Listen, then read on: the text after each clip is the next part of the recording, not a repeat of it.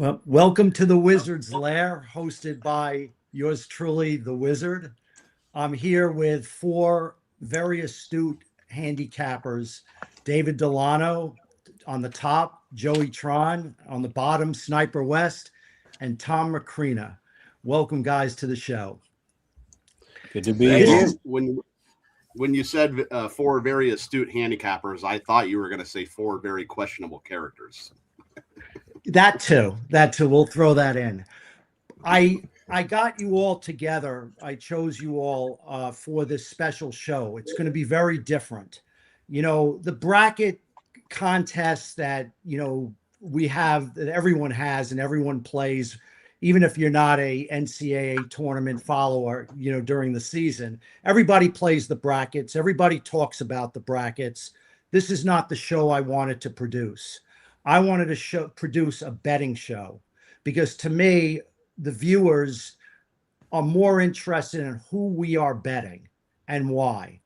So I've had a little contest here that I want to give out to the public, or show the public that we do stuff very differently at wizardsportspicks.com. And I don't follow what everyone does. I try to be creative and come up with something, an idea that is very engaging, that tests your knowledge in betting, and actually gives the viewers your strongest bets. And how we're going to do it is each of you have $1,000 bankroll. This is week one. We're going to have it next Wednesday, which would be the Sweet 16, and then the following Wednesday, which is the Final Four. So each of you have $1,000 bankroll. And how you're going to bet that $1,000 is this way. Today, $100 of that is going to be bet on futures. So I want you to make a $80 play, each of you, and give a brief explanation why, choosing a number 1 seed or number 2 seed. So the number 1 seed, you can choose between Duke, Arizona, Michigan, and Florida. The number 2 seeds are UConn, Purdue, Iowa State, and Houston. Now, if you venture out to bet your $80 on a 2 seed, you're obviously going to get a better price than you are on the 1 seed. But this is a betting strategy too, because what happens is you bet your $100 on the future and you have $900 remaining. From that $900, I'm going to ask you to make either 1 play, 2 plays, or 3 plays based on either the line, the money line, or a total. So for instance, you have $900, you have to use it all. So you might want to give 2 plays out that you're going to bet your money on. You may give a $600 play based on the line that FanDuel has out as of now. And that also goes for the futures. So you'll bet 600, for instance, on a game. You want to lay, say, 4 points on a game. You have 300 remaining. You could choose a total, a money line, or go back to the spread. Now, Sniper West is going to be the bookkeeper. He's going to be keeping the record. So after week one, you're choosing the Thursday, Friday games. We obviously don't know what's going to happen Saturday, Sunday, but the lines are out for Thursday and Friday. How much money you have will lead you to round 2. Now, let's say one of you craps out. You have no money left. You made 2 plays, you're out. All you have is your futures. Well, if you have no money to play any of the games, you're out. You don't appear on the next show. So now it's almost like the World Series of Poker. We're at a table. There's 4 you start. There's 3 left. You have your bankroll. You know what your bankroll is going into next week. And it's similar. But this time we're going to bet $250 of your money on futures. The odds are going to change. But we're going to have a format for a $250 future play, because futures are always available as we move on. They just change. But whatever you have left, so for instance, if Joey has $1,650 left, 250 have to be on futures, but he has $1,400 left. He has to be all in with that 1,400. It's always playing 1, 2, or 3 games. That's up to you. You might decide you want to put in your whole 400 on one game, one line. Now, the strategy is going to be, well, you want to win the contest. You want to have the most money. So let's say we're into the 3rd week and there's only 2 of you left. Hopefully, there's just not me talking to a screen by myself. Hopefully, there's at least 2 of you that are still around. Now, one has 3,700, one has 4,400. You have to be all in. Your opponent doesn't know what you're playing. They don't know. It's almost now we're at the final 4. So now, there's 2 games on Saturday. We don't know the championship. So it has to be on the final 4. So basically, I want to see you guys take your $1,000, your bankroll, and I want to see how far you can go and how much you're going to make. The beauty about this is people are going to follow along. You guys are great handicappers. I would follow you. I know how hard you all work. So they're going to follow you. They may only bet $20, $10. You have all these games you got to choose from, but you have to narrow it down. You may be all in on one game this week, the whole 900. Push the chips to the middle of the table. It'll be interesting. Now, whatever games you give out, I want a brief analysis because I'm going to ask you why you like that game. And then I might question you. I might challenge you. But we want people to not only know the bet, but the reasoning behind the bet. So that's the format. Nobody does this. Everybody's talking brackets. It's all about the bet. We all want to, yeah. No one's going to sweep the brackets. It's all point totals. You win your $20 and it's fun. This is a little different. This puts you guys to the test. It shows me money management. It shows me your skill. What games are you playing? Are you going to, if you're behind, let's say a guy's got 3,200 and you're still alive and you got 800. Maybe you'll put it all on a money line, a dog money line plus 450, right? For a score. It'll challenge you in not only picking, but the strategy and the bet. So let's start with the futures. We're going to start with David. You have an $80 bet to make. You could choose a 1 seed or a 2 seed. What is your play? All right. So for the $80 for the 1 or 2 seed, I'm going to go with Florida.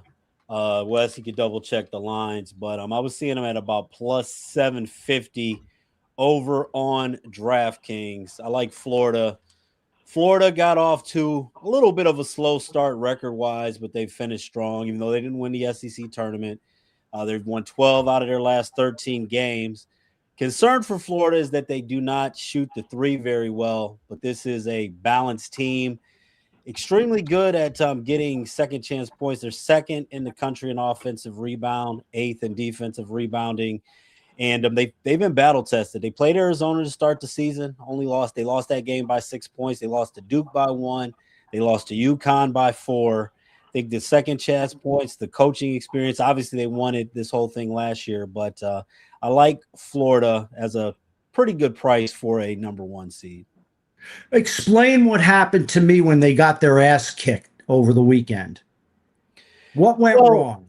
That's in the conference tournament. Vanderbilt is a really hot team offensively, and as mentioned, Florida's not good at shooting threes. So that's one thing. If the game gets far behind and they have to start relying on that outside shooting, they can get cold at times if they can't out physical a team. And I think that's one of those things in the conference, though. I mean, they went 16-2 in the SEC, so it's tough when you're playing teams that know you in the conference tournament. And also, they lost the conference tournament, but they're still a number 1 seed.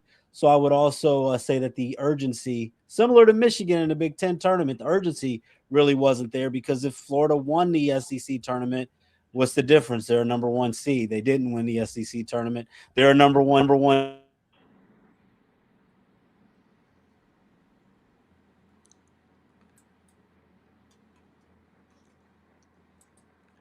I can't hear you.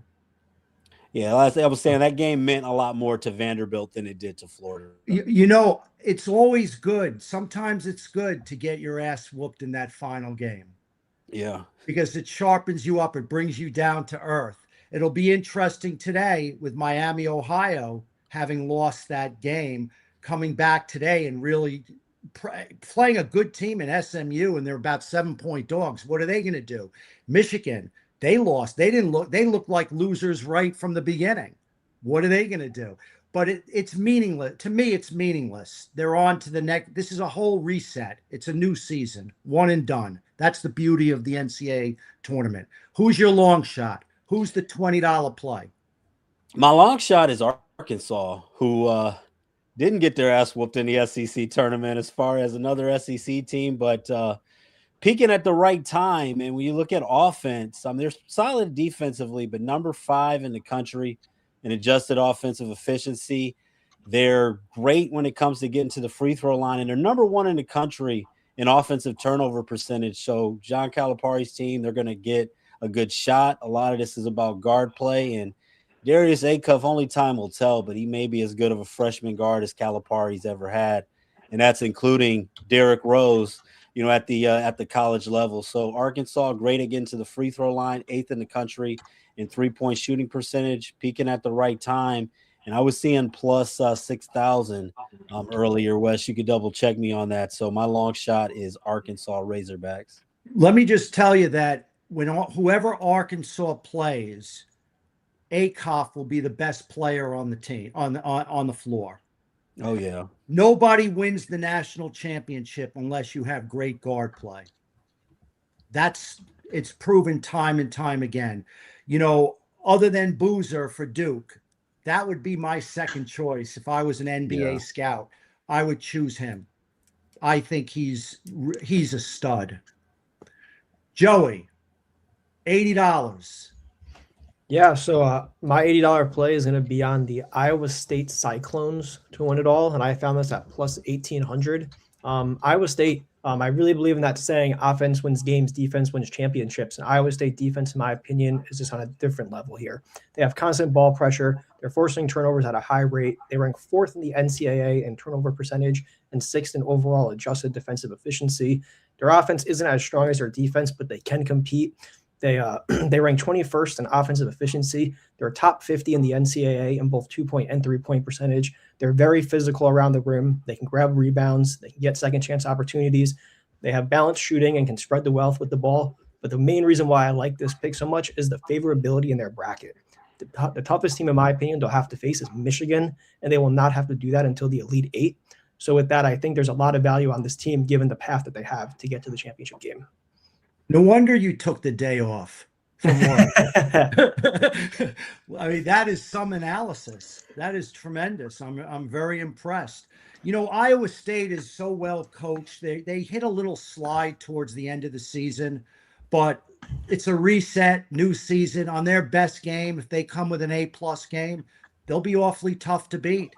They are a very good team.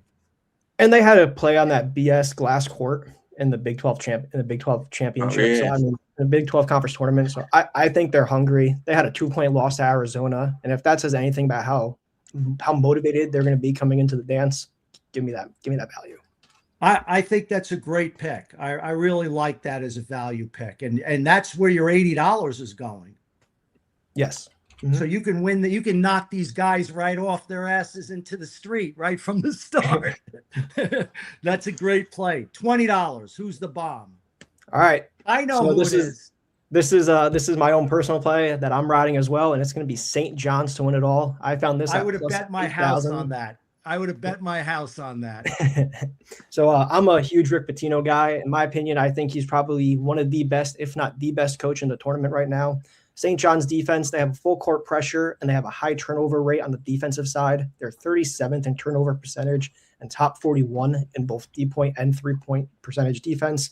They're top 10 in adjusted defensive efficiency, and foes are just hitting 47% against them. And if you're not hitting at least 50% on the floor against St. John's, good luck.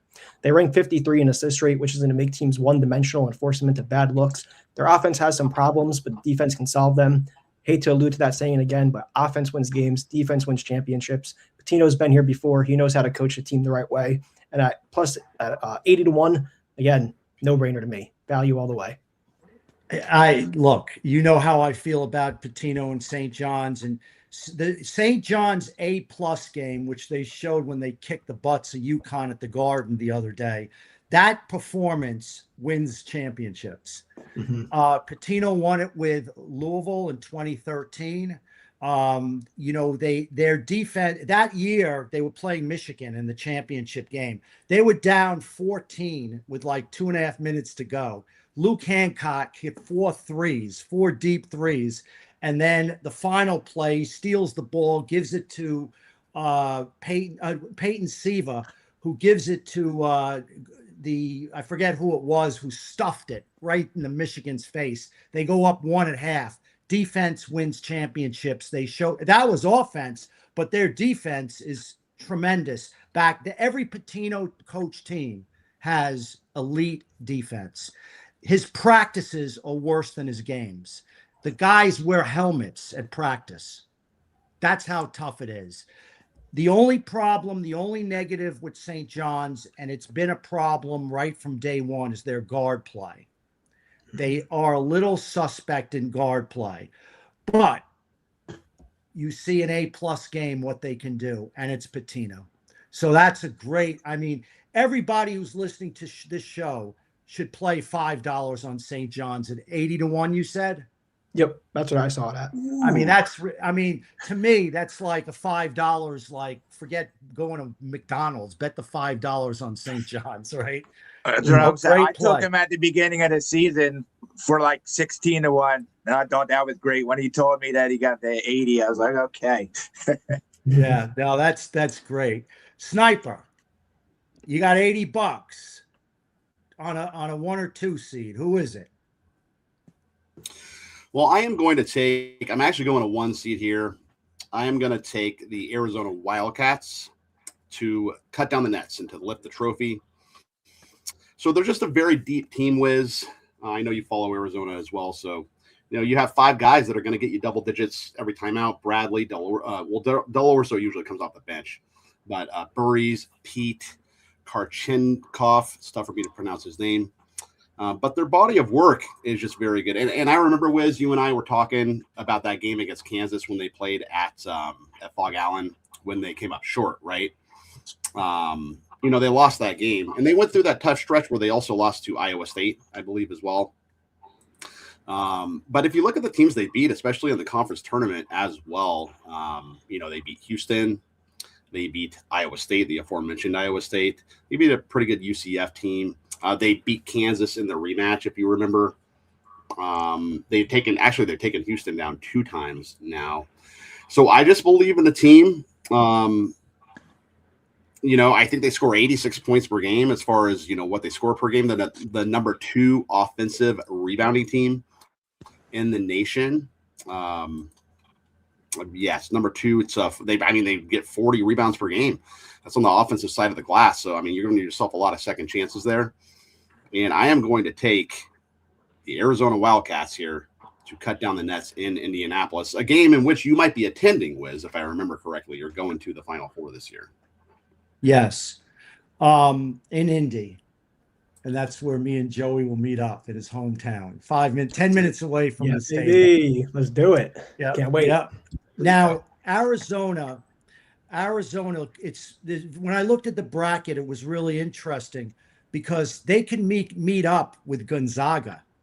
Yes, and that would be a great matchup. Tommy Lloyd, former assistant to Mark Few for many years at Gonzaga, now on his own, coaching Arizona against his mentor. That is a very intriguing matchup. You have Gonzaga's defense against Arizona's defense and offense. Arizona clearly has the better offense. What concerns me about Arizona, only a slight concern, because they're obviously, they're healthy. They're probably, they're as healthy as they can be. They're certainly healthier than Duke going into the tournament. Right. Arizona starts 4 freshmen. Very talented freshmen. Pete is one of the elite freshmen in the country. 4 freshmen in a really, like, they get to the Final Four. Will their armor crack a little bit under the pressure against some more grizzly veterans? That is the little bit of a concern for me. But on talent, the wager you're making cannot be disputed. The $20 long shot play. Actually, believe it or not, I'm actually right on board with David Delano here. I had Arkansas written up as well, too. And by the way, I just wanted to say for these lines, we are going to use FanDuel just because that's what I have up currently. Dave's Florida play was plus 750. Arkansas, who I am on as well, is plus 5,500. Iowa State with Joey was plus 1,400 and 80 to 1. Correct. It was plus 8,000 with St. John's. I just, everything Dave said, A Cup Junior, fantastic. I'm hearing that guy's creeping up the NBA draft board. They were saying maybe he's a top 10 pick. All of a sudden, they're saying he may be top 3, like up there with Peterson and DeBonsta and company. So, the kid he's a treat to watch play. I'm a big Calipari fan, and I know, the way it ended in Kentucky with Calipari. I was listening to some podcasts the other day, and they were saying it was a good mutual split for both teams. Sometimes you just have that girlfriend, and you always say, I broke up with her, and she tells all her friends, no, I broke up with him, right? It was kind of just a mutual thing. It worked out for both parties. He was ready to move on. They were ready to move on. I think both teams are better because of it. But I do believe in Calipari. Obviously, he won the chip with Kentucky back in the day. And, if I'm going to take a long shot, for $20, I want to take one with a coach like Pitino, for example, who's won a chip before, who has the experience, who can rally the ship and, have his team follow suit. So I'm going to roll along with Dave. Hopefully we both cash this, Dave, at plus 5,500. Maybe, you never know. Maybe everybody will crap out and Arkansas will win, and Dave and I will have to split the title. Well, if you do that, you're going to have to get through a lot of bets along the way. So I'm not so sure we're going to see a split here. Tom, $80, your main play. Yeah, so I was actually interested in Arkansas as well, but I took a different strategy than these guys did. I actually took 2 teams in the same region. My thought process here is that we have a better chance of these teams making the Final Four. For my $80, I went with Michigan. You were just talked about elite defenses. That's what we have here. They have an unparalleled roster size. They have good momentum, 31-3 record. They are the number 1 defensive efficiency, according to Ken Palm. They lead the country in opponent shooting percentage. They also have an elite rim protection. The front court, they block shots at a top 5 rate. So that's good. And then complementing their defense, they have a great offense as well. They're ranked 8th nationally in scoring and 5th in assists. They have elite facilitation at the point guard position. They have veteran scoring and spacing. During the regular season, they had 10 wins by 30-plus points. Their losses were narrow to Duke, Wisconsin. And then, of course, we have that Big Ten championship loss to Purdue. But as David said, I think it's the same thing. It's due to motivation. So since 2022, almost all the national champions have been top 25 in both offensive and defensive efficiency. And Michigan is 8-1 respectively to each.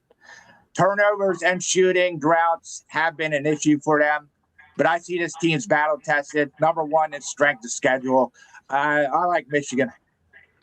I think if you really look at it objectively, their body of work for the season was pretty damn good. Mm-hmm. I mean, they had a few blips, but I love Dusty May. He is one of my favorite coaches. I think he's elite. And on their best day, I mean, they're very dangerous. They had games. I know during the season I watched them and I said, this is the team that's going to win the national championship. I mean, I actually said that to myself. But it's interesting that everybody has stayed away from Duke. And to me, Duke has the toughest road to the Final Four. Mm-hmm. And they have the toughest road to the championship, obviously. They're banged up. You know, now they are damn good. Shire's a great coach. But there's going to be a point where, you know, we saw how they crept to the finish line against Virginia. I mean, they emptied out. They emptied out. This is a different ball of wax when you get deep into the tournament. I think that, you know, Cameron Boozer can go bring you so far. His brother moved up, actually did extremely well. The supporting cast was really good. But Boozer was worn out that game. They're obviously going to double him. They're going to physical beat him up. You know, at some stage, that's probably going to take its toll. So I think that we stayed away from Duke. And I think, in my opinion, that's the one team I would be a little bit against. At, you know, before the injuries, I liked them more. Now I just have other teams that I prefer more. Your $20 play? Yeah, so we're going in the same region with Virginia, as you just spoke about. They're 75-1 to win, number 3 seed. They had a 29-5 record during the season. So this is Ryan Odom's first year. This isn't the same Virginia team we're used to with the defense. They play more up-tempo, and they have a modern offensive system. But they are still top 50 defensively. They have a great front court. They're actually number 1 in 2-point field goal percentage defensively. Again, this is a team that has a veteran backcourt and leadership. They have good 3-point spacing that should help them make a deep run in this tournament. DeRitter, leading scorer and rebounder. He's able to score inside and out. They also have a deep and consistent rotation, which I like. So the players excel in their defined roles that they know what they are. So I like Virginia also 75-1. I think that's a great pick because that was a team that in defeat against Duke is going to help them because now they know they can play with the best. Right? They had every time they fell behind, they fought back in that game. And they showed that gives these players confidence. We didn't get them today, but if we can play with Duke, we could play with anyone. And that's a sneaky team. I agree. I could see all the points you made. They really overachieved. They consistently played well in the ACC. They really did. I watched a lot of them. Well coached, good team. So now, fun to watch too. Yes, yep. So now is the test. We have the $100 play. You want to recap it, Sniper? Sure. The futures. Sure. So we have David Delano, $80 on Florida plus 750, $20 on Arkansas plus 5,500. Tron, $80 Iowa State plus 1,400, $20 St. John's plus 8,000. Sniper, $80 Arizona plus 370, $20 Arkansas plus 550. And Tom McCreena, $80 Michigan plus 380, $20 Virginia plus 7,500. Okay. Now, you have 900 each to work with. And, you know, you don't have to give 3 plays. You don't have to give 2 plays. You can give 1 play. I know you guys are selling picks, but this is different. Like, you know, on social media, you'll be promoted if you start winning. Like, I don't really care you selling the picks. Like, this is the money play. This is really the test. So 900 balloons. How you spending it, David? Yeah, so I'm going to go 3 plays, and I'm going to do 300 even on each of the 3 plays for me. And starting off, I'm going to go with a bit of an ugly one here. We're going to look at Illinois against Penn out of the Ivy League, and Illinois opened up as a 20.5-point favorite. You check the current lines. I see it up to 25.5. And the reason why Penn is out without their top scorer, Ethan Roberts. but he's been out for a little while as he had a concussion, and Penn actually won the Ivy League tournament without him. They were led by their second leading scorer, TJ Power, who had 44 points in the championship game against Yale. And TJ Power is someone I think is going to make a little bit of a name for himself, even if it's just one game, and probably won't be with Penn next season. This is a guy 2 seasons ago actually appeared in 26 games for Duke, and last year he played at Virginia. Now he's at Penn, so he definitely has something to prove. But there's a Pennsylvania team, 11th in the nation in 3-point shooting percentage. And even though Illinois is going to win this game, but a couple things when you look at a margin like this, how bad does Illinois need to win this by 25 or 26 points?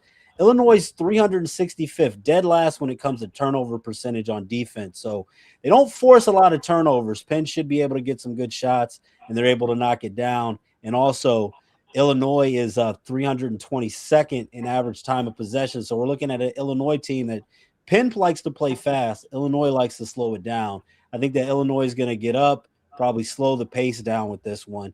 I think Illinois is going to win the game, but the plus 25.5, this is going to be the biggest game of the year for Pennsylvania. They've won 9 out of their last 10.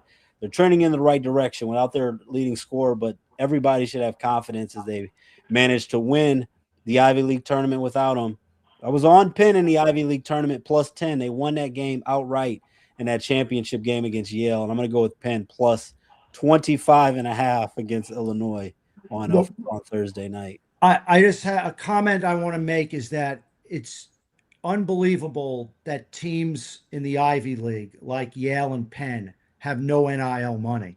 Do you know that? There's no money. They don't get money. They get an education. What's power worth in the free market, right? With this new NIL. The other thing is, I know Jones, the coach of Yale. Mm-hmm. I've talked to him for hours. I know him.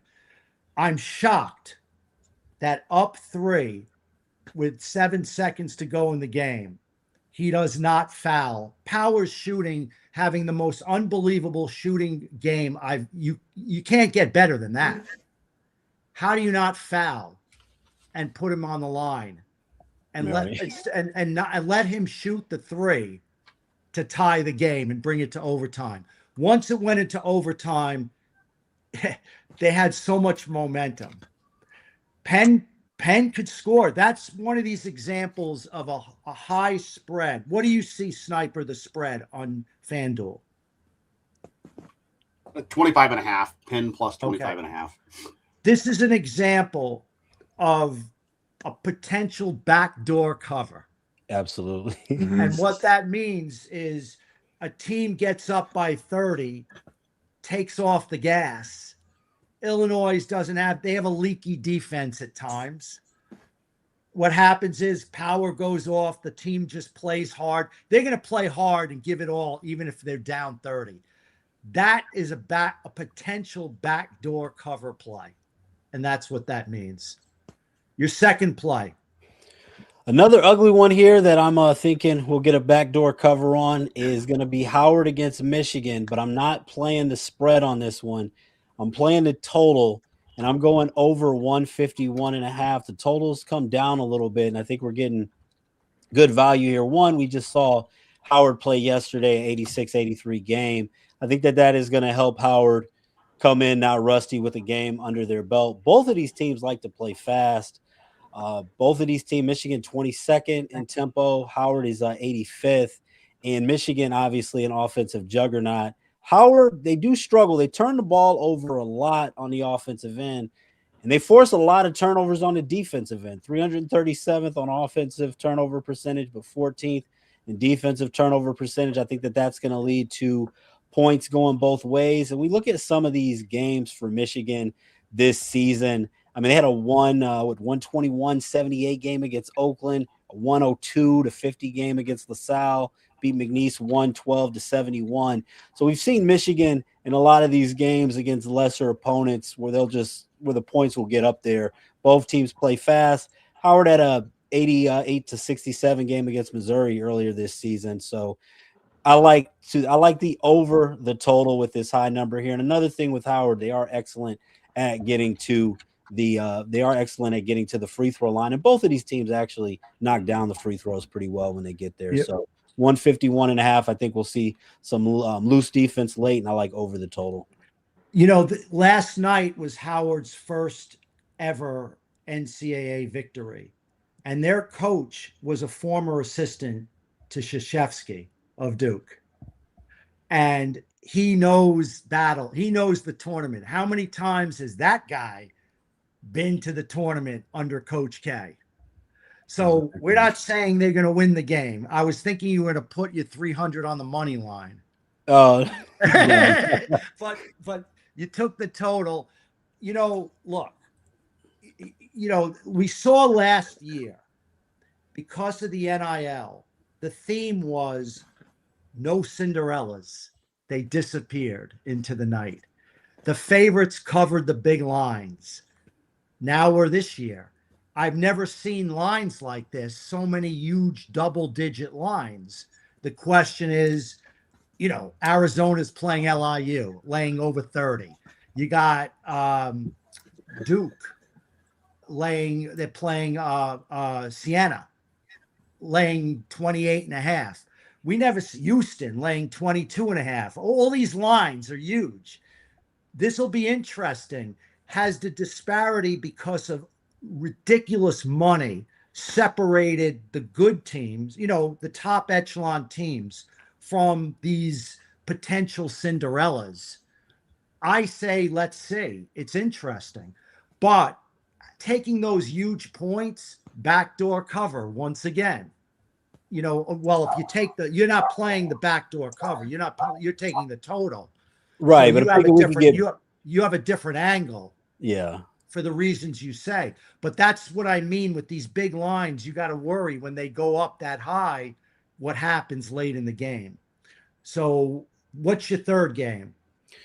Third game here, I'm looking at North Carolina against VCU. Look at another team here that has definitely finished strong with a VCU here, as they've won 16 out of their last 17 games, along with winning the A-10 tournament against Dayton. North Carolina, I've been out their top player now for a while, Caleb Wilson, and I like VCU in this game. I am going to take the plus 2.5, not the money line, but I like how VCU is balanced on both sides of the ball. They're one of the best teams in the country when it comes to getting to the free throw line. They're 35th in the country in three-point shooting percentage. And one thing with North Carolina does not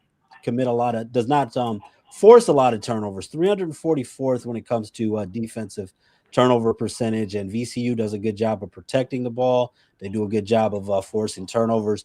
North Carolina also not a very good free throw shooting team.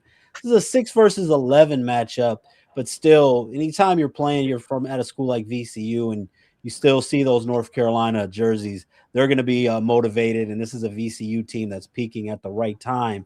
So I like VCU plus 2.5 against North Carolina as a small dog here. I agree with you. I think North Carolina, they're a blue blood. The line takes into consideration that it's so-called North Carolina. They've been erratic. Mm-hmm. VCU is consistent. They're hard. They're a tough team. They're playing great ball. So you have North Carolina, blue blood, laying only 2.5. Who's VCU, right? VCU is, I could see them winning a game and being dangerous in the second game. I mean, they're just one of these dark horses for a little ride in the tournament. I kind of like that play. Joey, you're up. 900 balloons. What are you doing? I'm taking a similar approach. I'm spreading it across 3 different plays. The first one is going to be on St. Louis with the 2.5 points against Georgia. I think this is going to be a great matchup. I think it's truly going to come down to one possession, and I want those points in my back pocket here. Georgia's been trending downward as of late, and they're nothing like they've been playing from earlier in the season. They're struggling down low. They have little height, just 2 players over 6'5", and I think that's going to be an issue guarding Robbie Avila here. St. Louis has elite shooting. They're hitting 40% from 3-point and 58% from 2-point, which is definitely going to be a strong presence in the mid-range for them.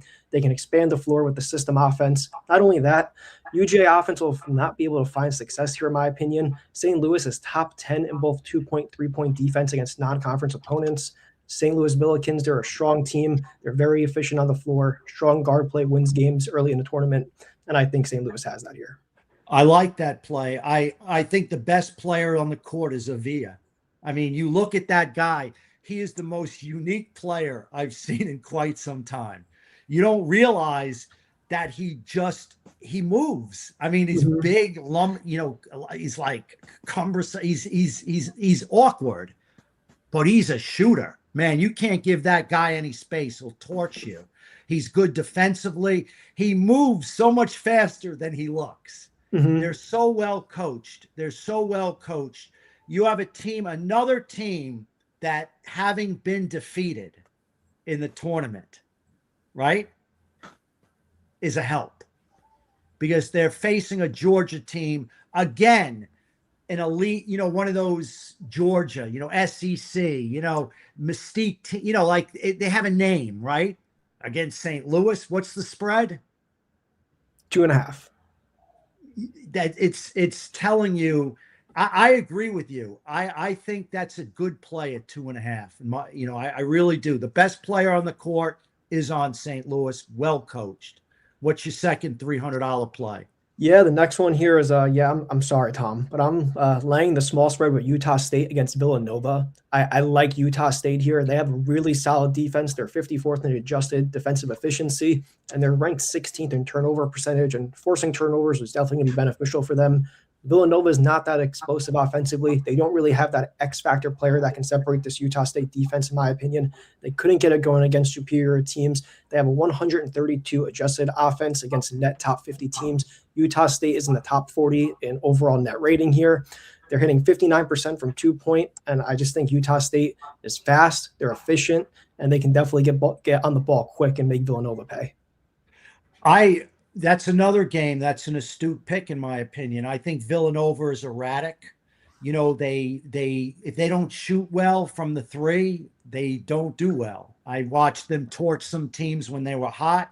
Utah State has the better body of the work. You can make a case that they could have even had a little bit of a lower seeding, in my opinion, just like St. John's. Why should St. John's be a 5 seed and UConn a 2 seed, right? Yeah, that drives me nuts. that doesn't make any sense to me. Utah State's body of work. Now, that conference has not produced much results in the tournament. They've been pretty pathetic.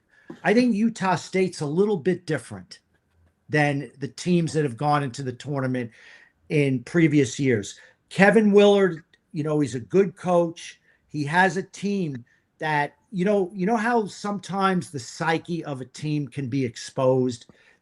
Something cracks them and they crack.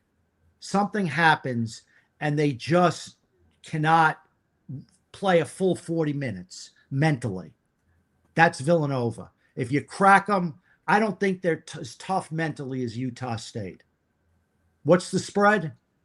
So I was going to ask that, Tron. Do you want to go -1.5 Utah State or money line -125? Is it -110 on the spread? Yes, it's -10 everywhere. Yeah, give me the spread. Okay. They'll pull away late.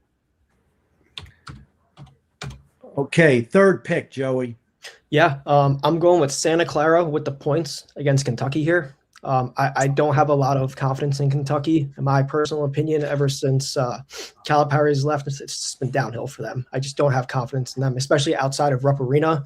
Santa Clara has strong guard play, and they have a very strong veteran roster, which will definitely be beneficial here. Kentucky has a lot of young, inexperienced players, similar to you mentioned with the NIL money. These players are jumping all around. They don't really have the time to build chemistry. Whereas Santa Clara, they have the chemistry with their roster. They're 15th in adjusted offensive efficiency, hitting a 54% effective field goal. They tend to, big issue for me with Kentucky is they tend to leave the middle of the lane open, meaning that paint's going to be completely exposed and Santa Clara's going to make them pay. They're going to get rebounds. They're going to get second chance points. And worst of all, Kentucky's 156 in 3-point rate on the defensive side. So they're going to try to man up down low, leaving open players for Santa Clara. this is way too many points. Mark Pope, the head coach of Kentucky, did a horrible job in the portal. Mhm. I mean, I really think they underachieved. They're another one, as I'm talking about psyche, mental toughness. You have to have mental toughness in the tournament. If they get cracked, they crack. And Santa Clara can make them pay. Because Santa Clara played, it was Gonzaga, St. Mary's, and them, Mhm. right? Yep. All three teams are in the NCAA tournament. Gonzaga's defense is no joke, tremendously coached by few. St. Mary's, great defense, a very solid team, well coached. Santa Clara, it was always a two-team league. Two teams, St. Mary's and Gonzaga, always dominated that conference. Now you have a third wheel, a legitimate third wheel. Now Gonzaga is going to move to the Pac-12, which is good for them to get that competition. It's going to be a great battle now between St. Mary's and Santa Clara. I think it's a good pick. Thank you. So those are your three plays. Wes, So $900. Real quick, let's just recap the line for Santa Clara. So this thing's all over the place here. So DraftKings has 2.5, FanDuel 3.5, everywhere else 3. So that's a pretty big discrepancy there, the 2.5 and 3.5. If we want to use FanDuel, that's 3.5. What's the juice? 3.5 minus 120. Unless you want to opt for 2.5 at DraftKings at plus 100, or you can just go 3. You can go plus 3 minus 110. That's a consensus we can do. I'm cool with 3 consensus. All right, so we're gonna go Santa Clara plus 3 minus 110. That could be huge for you though, Tron. If it lands on 3, that's a push there instead of a. Well, I guess it's not a loss too, but okay. Anyway, no loss. All right, so you know what? I'm actually on St. Louis too. Joey took all my thunder there as it relates to the Billikens. And a lot of my notes actually have the same things that he said, just because we obviously looked at the same stuff. But obviously, the Georgia Bulldogs, Mike White, they score almost 90 points a game, so they definitely want to run. But so does St. Louis. They score a lot of points. I will say though, St. Louis, they lost to Ole Miss in the conference tournament, 76-72. So. What happened to that high-flying offense for Georgia in the conference tournament? It just didn't show up. But St. Louis is pretty deep, too. Trey Green, Deion Brown, Amari McCautry, they each average 10 points a game. They have 3 other players that average from 8 to 10 points a game, too. So, the bench is deep. Their coach, too, Josh Schertz, is a really good head coach. He was a Division II head coach for many years and used to go to that tournament quite a bit with Lincoln Memorial. But it's his 5th year now in Division I. This is his first time in the dance. So, his players are going to be up for him. He's going to be up for his players. I like St. Louis a lot here. I totally agree with Joey. And that was so I'm doing a little bit different approach, though, as far as the money goes. I'm doing 2 plays. We're going 450 and 450 for me, okay? It's a little bit different approach. So I'm going 450, St. Louis plus the 2.5. That will be my first selection. I know you already talked about this, Wiz, so we can just move on to my next selection. So we are going to go South Florida plus 4.5. This game is actually early tomorrow. This is against Louisville, okay? So Mikel Brown Jr., obviously he's out for Louisville. He was out for the conference tournament. So, it's just disappointing because the team is just so much better with him. He averages 18.2 points per game, 5 assists per game as well. But they're, without him, they're 7-5. With him, they're 16-5. So he just makes such a big difference for them, right? Louisville has some dogs too. I get that. Ryan Conwell, Javon Hadley, Isaac McKinley. They have a lot of guys that could step up for them. But UCF, believe me, Louisville wants to run. They play a very fast pace.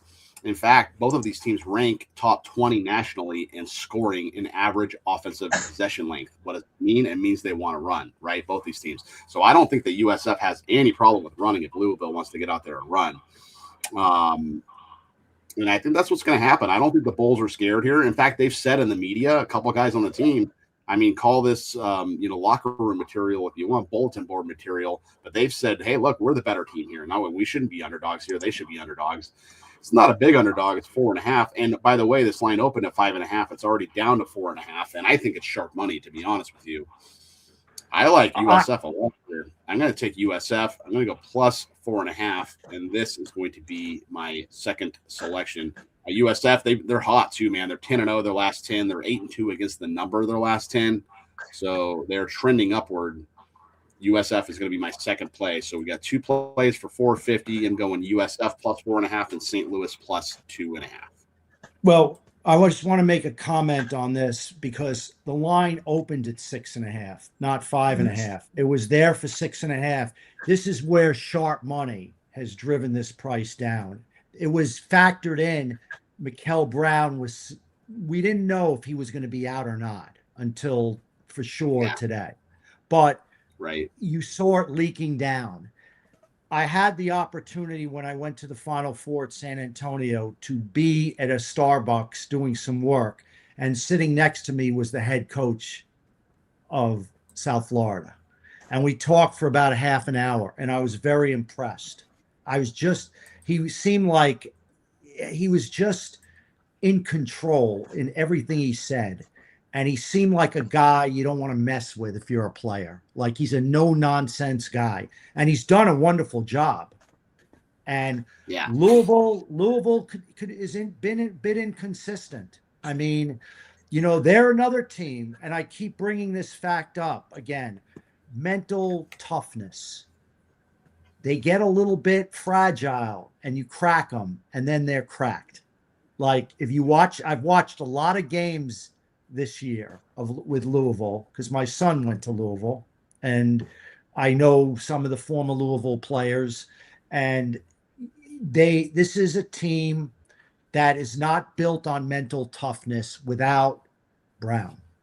Yeah. So they don't have him to lean on to be, the guy that controls the tempo of the game and the glue that holds the team together. You miss that, you miss a lot. Yeah. Was that Brian Hodgson, the coach that you saw? Okay. Yes. Yeah, he came over from Arkansas State. I mean, he was really good with Arkansas State. He brought over Isaiah Nelson with him. He was at Arkansas State. He followed him to USF, and Isaiah Nelson's been playing well too. So, yes. Let's go USF. Okay, Tom, what's your strategy and how much? All right, so I went the same as Joey and David. I'm going with 3 plays for 300 each. I actually want to ask if I could put 50 of that 300 on my dog on the money line. Yeah, you can do whatever you want. Yes, you have. So I'll do 300, and then on my dog I'll do 250 on the spread, and then the other 50 on the money line. Okay, we'll go with favorites first. High Point first, Wisconsin. So everybody's expecting a 12-5 upset here. High Point, they have elite scoring. They also force turnovers on defense. Wisconsin, they're an up-tempo team. They're 3-point heavy, but I expect them to control the tempo in this game. Wisconsin also has elite ball security. They actually have the 3rd lowest rate in the country. Turnover differential from the offensive side. So that really nullifies High Point's biggest defensive weapon here. High Point has a strength of schedule of 346, which is not very good. Wisconsin, they actually have 5 wins versus Ken Pom top 10 teams. High Point, they're 2-4 ATS their last 6. Wisconsin is 6-2 ATS their last 8. I like Wisconsin minus the 10.5. If Wisconsin comes with their A game, High Point can't stay with them. It's as simple as that. It's a mismatch based on, High Point is kind of like the dog people are gravitating to. And Wisconsin's body of work the last couple months has been outstanding. I mean, these are good. They're solid defensively. They're solid offensively. They know what to beat. They know how to win battles against good teams. this is a big step up in class for High Point. So, yeah, my second one is kind of the same situation here. I like Arkansas over Hawaii. I think comfortable win for Arkansas here. We already talked about Arkansas's offense. Darius Cuff, he averages 22.7 points per game. But I think this speed of Arkansas's offense is going to be too much for Hawaii to match over the 40 minutes. Really, Hawaii to win this game, I think they're going to have to get to the rim, which is a spot where Arkansas does struggle. But yeah, I like Calipari. We've talked about him. He's 20-8 career record in first round games. I have Arkansas as a way higher rated team by a margin. I don't mind the big number here, so I'm taking Arkansas minus 15.5. You know, this is one game I might differ a little bit from you. I think it's a lot of points for an under the radar team that's playing really well. They hit the boards, they rebound, like you said. That's Arkansas's weakness. Getting rebounds, they get out in transition, they get second chance shots. I wouldn't fall asleep on Hawaii personally. I think they're just a team people don't in general follow because the games are when we're sleeping. I mean, I know when I'm deep into the night. For you, it's, you know, you live on the West Coast. It's the best place to live betting sports. But Hawaii is you know, I don't know. I that's the one game that I personally would have trouble laying that big number. Understandable. Third game. Yeah, so this is my dog, Alabama Crimson Tide, playing Hofstra Pride. So Alabama is a team that likes to run fast. Hofstra is a very, very slow, methodical team, and I think that's going to help them here. Alabama, we know about the guy Aiden Holloway who got arrested for the weed, so he's not playing. He was their second leading scorer, and then you have LeBaron and Phil on. But Hofstra, they defensively they're a wall. They're number one nationally in 2-point field goal percentage defense. They've allowed opponents to shoot only 38.7 overall this season. So yeah, I like Hofstra here, plus the 11.5. And as I said, I'm going to sprinkle a little bit on that money line as well. It should be around 5-1. It's actually. So we'll go. It's plus 580 FanDuel, plus 550 DraftKings, plus 550 most places. What do you want to do? Should we give him the plus 580 Wiz on FanDuel? Right. I say He deserves it. Yeah, he deserves it. He exactly. deserves it. Give him whatever he wants, and give him a good porterhouse steak as well. Someone on this side disagrees. Yes, give it to him. I have to say, I kind of agree with you because I don't like distraction and things that happen on the week before the tournament. I mean, the guy got caught with a pound of grass, kicked out of the team. I'm sure they kicked him. He's not playing, right? I mean, how could he play? If you remember, Nate Oates had a similar situation a few years ago with a guy with a gun. There was a crime scene. And the next day, the next game, they actually recovered soon after, but they were very erratic that next game. But you can't have this stuff happen. Like, it's just the guy's a point guard. He's the second leading scorer on the team. You take a guy like that out against a team like Hofstra, that's another game. People don't really know Hofstra. They don't know St. Louis. They don't, not that they don't know it, but they don't respect it the way I respect it. I respect how good these teams are. There's like VCU. They're a little bit under the radar, but they're really in good spots to play well against the so-called name teams, right? Hofstra is damn good, as you said. You gave the reasons. It's open at 13. It's about 11.5 now, right? 11.5. That's a live dog, in my opinion. I really think so. So, Wes, could you recap everybody's wagers? Yeah, I'm gonna email them over to us too, so we all have a record of them. We should maybe post these on Twitter too. I don't know, maybe we can get the Twitter team to do that as well, Wiz. But yeah. So we have for the futures: Delano, Florida plus 750, Arkansas plus 5500, Iowa State plus 1400, St. John's 8-1, Arizona plus 370, Arkansas 55-1. That was Sniper, and Michigan plus 380, and Virginia plus or 75-1 for Tom. As it relates to the bets, so we got Delano 300 on Penn plus 25.5, 300 Howard Michigan over 151.5, 300 VCU plus 2.5, Tron 300 St. Louis plus 2.5, 300 Utah State minus 1.5, 300 Santa Clara plus 3 at minus 110. Sniper 450 on USF plus 4.5, 450 on St. Louis plus 2.5, and Tom Macrina 300 Wisconsin minus 10.5, 300 Arkansas minus 15.5, 250 Hofstra plus 11.5, and $50 Hofstra plus 580 money line. Yeah, I have to say that, other than horses, as people know, I'm a professional handicapper at DRF for 40 plus years. College basketball is my other passion. And I tell it like it is. I don't bullshit anybody. I am very impressed by this show today. How you guys, your picks that you made, very well thought out, tremendous analysis. And I would tell people who are listening, these are bets you want to make. I mean, I'm analyzing you, and for the most part, I agree with your picks. I like them. This is why Wizard Sports Picks, I think we have just a great thing going here. And, I really am really proud of you guys. You did a wonderful job. I mean, tremendous.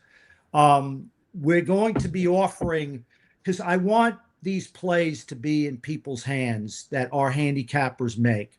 And so we're offering a tremendous special. The handicapper gets to choose between $79.95 and $99.95 every college basketball game from now till the end. And that includes NIT. It's everything. It could come to like $3-4 a game. Now, obviously, it's cheap, and it's probably cheaper than you'd want to sell a play. But this is the chance to put our work in front of people and give them a chance. We're telling people who bet $20 a game, $50 a game, you could afford these packages because it's not much money and it keeps you in action. And I'm telling you, you could choose amongst any of one of the four here or the others that are on the site. But it's a great deal from people that work damn hard. I mean, you can see just from listening to David, Joey, Tom, and Sniper, how hard these guys work to do this research. And I really thank you for that. Tomorrow or late tonight, go on our site at Wizard Sports Picks. We're going to offer even $10 off if you enter the coupon code, which you will see. It's going to be Magic26 for our site, and DRF will have another coupon code. So if somebody priced it at $79.95, you get it at $69.95. It's a steal. It's our way of introducing you, the handicappers, to the public. And I really feel it's a steal. And thank you again.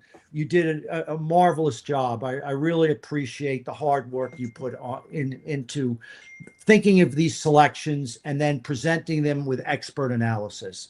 So thank you very much from the Wizard to David, Joey, Tom, Sniper.